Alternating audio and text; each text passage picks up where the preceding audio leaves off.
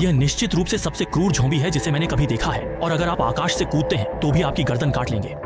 शहर में एक अजीब फ्लू वायरस फैल गया और लोगों को घबराने के लिए नहीं, सेना ने पूरे शहर को बंद करने के बहाने के रूप में सैन्य अभ्यास का इस्तेमाल किया। सारा सेना में एक सैनिक है और जमीन पर प्रणाली का प्रभारी है, और वह शहर का निवासी भी है। दिन के अंत में सारा अपनी बीमार माँ से मिलने के लिए घर जाने की योजना बनाती है। शियाओ शुआई, जो एक सहकर्मी है और सारा के साथ अधिक समय बिताने के लिए कुत्ते को चाटता है, भी उसके साथ घर चला गया। जैसे ही सारा ने दरवाजे में प्रवेश किया, उसने देखा कि उसका छोटा भाई एयरगो और उसकी प्रेमिका मुझे चूम रहे हैं, जिससे साला से लड़ाई नहीं हुई। इस समय सारा की माँ बिस्तर पर बहुत कमजोर पड़ी थी, और जब उसे एयरगो से पता चला कि उसके दोस्त में भी ऐसे ही लक्षण हैं, तो उसने सोचा कि सेना पूरे शहर को अवरुद्ध कर देगी, और सारा को लगा कि चीजें इतनी सरल नहीं है। निश्चित रूप से शहर के अस्पताल में हर जगह संक्रमित मरीज थे और उन सभी में एक ही लक्षण थे। सारा अपनी माँ को अस्पताल ले आई और डॉक्टर से सीखा कि वायरस अत्यधिक संक्रामक था और उत्परिवर्तित होता रहा। डॉक्टर ने उन्हें चेतावनी दी कि जितना संभव हो सके संक्रमित लोगों के संपर्क में न आए, खासकर घाव और खून के साथ। एयरगो अपने भावी ससुर से मिलने जा रहा था, जो अपनी प्रेमिका शियाओमी के साथ भी बीमार था, और उसके ससुर जो अभी भी बातचीत कर रहे थे, अचानक एक सुस्त टकटकी थी। घुट्टी क्या गलत है, घुट्टी क्या गलत है। एक प्रतियोगी चेहरे के साथ उसने सीधे शियाओमी की मां पर झपट डाला। दूसरा कुत्ता जल्दी से शियाओमी के साथ भाग गया, लेकिन उन्हें उम्मीद नहीं थी कि जैसे ही वे वार्ड से बाहर निकले, उन्होंने एक अविश्वसनीय दृश्य देखा। दीवार पर उड़ते हुए लाश का सामना करते हुए दोनों के पास कुछ और सोचने का समय नहीं था। वे केवल लाश की गति को रोकने के लिए बाधाओं पर भरोसा कर सकते थे, और फिर अस्पताल के पिछले दरवाजे पर भाग गए। ऐसी विशेष स्थिति में वस्तु होने के लाभ परिलक्षित होते हैं। यदि आप किसी उपयुक्त आत्मा से मिलना चाहते हैं तो अन्वेषण करने का प्रयास करें। टेंटन पर बहुत सारे दिलचस्प लड़के और कोमल लड़कियां हैं। याद रखें कि टोडन इच्छाओं को बनाने पर भरोसा नहीं करता है, लेकिन विकल्पों की सही सीमा खोजने और हमला करने का साहस रखने पर। और एकल परिवारों को भी जाना चाहिए और पता लगाना चाहिए। इस समय अस्पताल में सारा इतनी भाग्यशाली नहीं थी। उसे लाश के एक समूह ने घेर लिया था, और साला रिट्रीट को कवर करने के लिए चीफ लाओ हेई को लाश ने घेर लिया था। सारा और डॉक्टर ने लाशों और बूढ़े काले के बीच की खाई का फायदा उठाया और जल्दी से एक गोदाम में छिप गए और दरवाजे को अलमारियों से बंद कर दिया। डॉक्टर ने खिड़की से बाहर देखा और पाया कि अस्पताल के बाहर का शहर भी पूरी तरह से गिर गया था, और उन तीनों ने कार से शहर से भागने का फैसला किया। लेकिन कार की चाबी लाओ ब्लैक के हाथों में थी। वापस जाने और कार की चाबी खोजने के अलावा और कोई रास्ता नहीं था। डॉक्टर मौत से डर गया था और जाने की हिम्मत नहीं कर रहा था, इसलिए सारा और जियाओ शुआई वेंटिलेशन डक्ट में प्रवेश कर गए और उनमें से दो नीचे उतरने वाली लाश को परेशान करने के डर से सावधानी से रेंगने लगे। अंत में लाओ ही की लाश देखी, लेकिन उसका केवल आधा हिस्सा ही लाश ने खाया था। शियाओमी वेंटिलेशन डक्ट से नीचे आया और चुपचाप दरवाजा बंद कर दिया। अप्रत्याशित रूप से कोठरी में एक उत्तरजीवी छिपा हुआ था। यह सारा का कॉमरेड इन आर्म्स जो है था। काले भाई से सफलतापूर्वक चाबी प्राप्त करने के बाद वे उसी तरह लौटने वाले थे। शायद उन्होंने लाश को नहीं देखा था और उन्होंने काटे गए काले भाई को चाकू नहीं दिया। ज़ॉम्बी में बदल गए काले भाई ने सारा का पैर पकड़ लिया। सारा के कठोर खिंचाव के तहत उन्होंने वास्तव में वेंटिलेशन वाहिनी पर काले भाई का आधा हिस्सा लिया। सौभाग्य से सारा ने अपने पैर से काले भाई को लात मारी और नीचे लाश ने ऊपर की हलचल सुनी और पाया कि पाइप में कोई वास्तव में एक पोछा लेगा और उसे नीचे हरा देगा। यह वास्तव में एक गौरैया थी जो गाय की पर चोंच मारती थी। यह वास्तव में भयानक था, लेकिन सौभाग्य से रास्ते में गोदाम में एक रोमांचक और सफल वापसी हुई। लेकिन जब जियो शुआई सभी उद्योगों को बंद करने वाला था, एक दुर्घटना हुई। उसके हाथ को गलती से बूढ़े काले ने काट लिया था जो उसके साथ आया था। सारा ने पहली बार अपने हाथ पर कीटाणुनाशक डाला।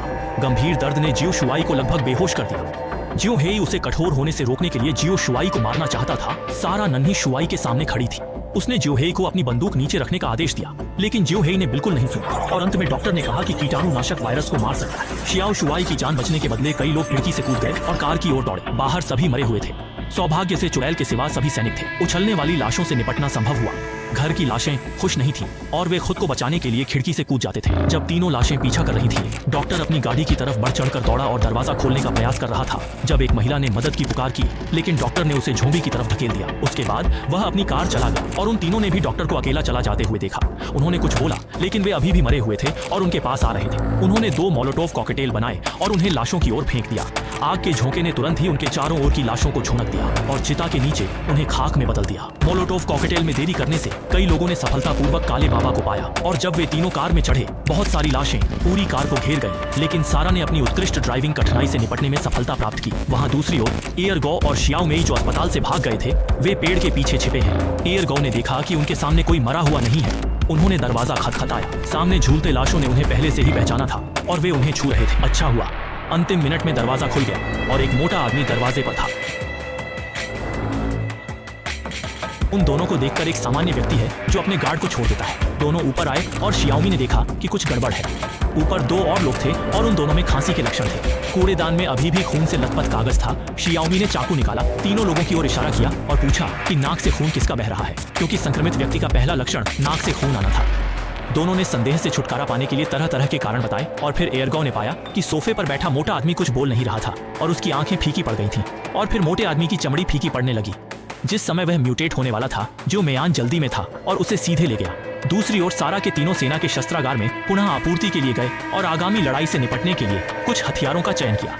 जब वे तीनों कार में लौटे, जियो शुआई, जिसे पहले काटा जा चुका था, पहले ही बदलने की कोशिश करने लगा था। जियो ही शियाओ शुआई को फिर से गोली मारने वाला था, लेकिन फिर भी सारा ने उसे रोक दिया। दोनों को अप्रत्याशित रूप से पता चला कि शियाओ शुआई में अभी भी मानवता का निशान है और सैन्य प्रवृत्ति के कारण वह आदेशों का पालन करने में सक्षम था। जब वे तीनों कार से शहर से भागना चाहते थे, सारा ने कार में अपने छोटे भाई एयरगो का रेडियो सुना और यह जानकर कि उसका भाई अभी भी जीवित है, उसने तुरंत कार घुमाई और अपने भाई को बचाने के लिए चला गया। उसकी माँ, जो पहले ही बदलने की कोशिश कर चुकी थी, ने अपने बेटे की आवाज सुनी और सहज ही आ गई। दूसरे कुत्ते ने सोचा कि सामा एक सामान्य व्यक्ति था और एक दूसरे को पहचानना चाहता था, लेकिन कौन जानता था कि सा द्वारा संचालित हुए सीधे उसकी मां को मारता है। उन दोनों को लेने के बाद वे पांचों शहर से बाहर चले गए। कई लोग एक सैन्य अड्डे पर आए, मूल रूप से उन्हें शहर का समर्थन करने के लिए बुलाना चाहते थे, लेकिन उन्हें उम्मीद नहीं थी कि यह जगह भी गिर गई थी। वहां तैनात सभी सैनिक लाश बन गए हैं और जो सैनिक लाश बन गए हैं वे उन पर गोली भी चला सकते हैं। सौभाग्य से झोंबी सैनिक तूफानी सैनिकों में बदल गए और मानव शरीर को निशाना बनाना शुरू कर दिया और कई लोग जल्दी से कार से भाग गए। घबराहट में हुम्वे एक पेड़ से टकरा गया और समूह को कार छोड़कर भागना पड़ा।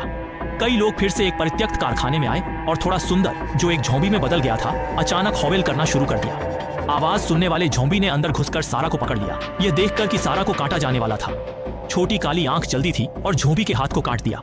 लाश अधिक से अधिक इकट्ठा हो गई और लाश की छोटी सुंदर बन गई। साला की रक्षा के लिए लाश को उसे घेर लेने दिया और उसे नहीं पता था कि वह जीवित था या मर गया था। समूह ने गोदाम में गहराई तक चलना जारी रखा और गलती से बेस के पास एक भूमिगत प्रयोगशाला में टूट गया।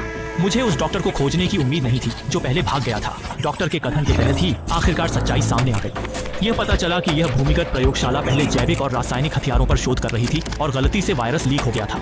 हालांकि समय रहते इसे रोक दिया गया था, फिर भी यह विषाणु हवा के माध्यम से शहर में फैल गया और केवल कुछ ही मनुष्य अपनी एंटीबॉडी के साथ संक्रमित नहीं हुए थे। लेकिन अगर उन्हें किसी संक्रमित व्यक्ति ने काट लिया तो भी वे उत्परिवर्तित हो जाएंगे। इस समय दरवाजे के बाहर अचानक हलचल हुई। 5 लोग और 4 बंदूकें। उन्होंने झोंबी को नहीं मारा, गोलियों को उसके सांप की खाल से घुमाया गया और उसे वेंटिलेशन डक्ट में भागने दिया गया। ये झोंबी इस प्रयोगशाला का प्रभारी पिछला व्यक्ति है। न केवल वह कोक्वेटिश है, बल्कि वह प्रयोगशाला में सभी लाशों को भी कमांड कर सकता है। कई लोग बाहर निकलने की तलाश में लगे रहे, लेकिन एक गीत ने अच्छा गाया। जब वे प्रकट हुए तो वे अपूर्ण लोग नहीं थे, जिससे भारी लोगों को बहुत डर लगता था। गति को तेज करने के लिए एयरगो ने अलग से कार्य करने का प्रस्ताव रखा। ज्यों ही दुनिया में वास्तव में शांत है, लेकिन सारा ने एयरगो के सुझाव पर सहमति व्यक्त की। किसने एयरगो को अपना छोटा भाई बनने दिया?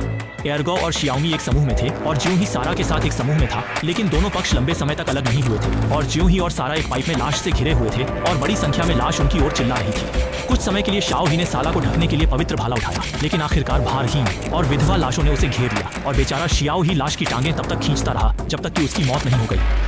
सारा इतनी भयभीत थी कि वह भाग गई और रास्ते में उसे एयरगो द्वारा एक गुप्त कमरे में खींच लिया गया, जो बड़ी संख्या में मिसाइल बेदखलदारों से भरा हुआ था, और उन्होंने एक बड़ा खेल खेलने और लाश को मारने के लिए गैस विस्फोट करने का फैसला किया। एयरगो और शियाओमी तंत्र स्थापित करने के प्रभारी थे, जबकि सारा सावधानी से गलियारे के पास पहुंची और जोर से चिल्लाई। लाश को आकर्षित करने के लिए तैयार थी, लेकिन उन्हें उम्मीद नहीं थी कि लाश अपने पत्ते खेलेंगे। डॉक्टर जोंबी सीधे साला के पीछे से दिखाई दिया।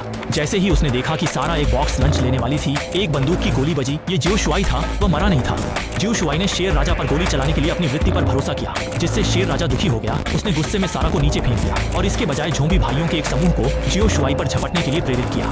प्यार का सार अभी भी प्यार है। साला के लिए एक झोंबी बनने के लिए जियो शुआई को शेर राजा द्वारा खराब कर दिया गया था। सारा ने गोली मार दी। झोंबी का ध्यान आकर्षित करना जारी रखा। शेर फिर से उस पर झपटने लगे और वहां पर 2 कुत्ते पहले से ही तैयार थे।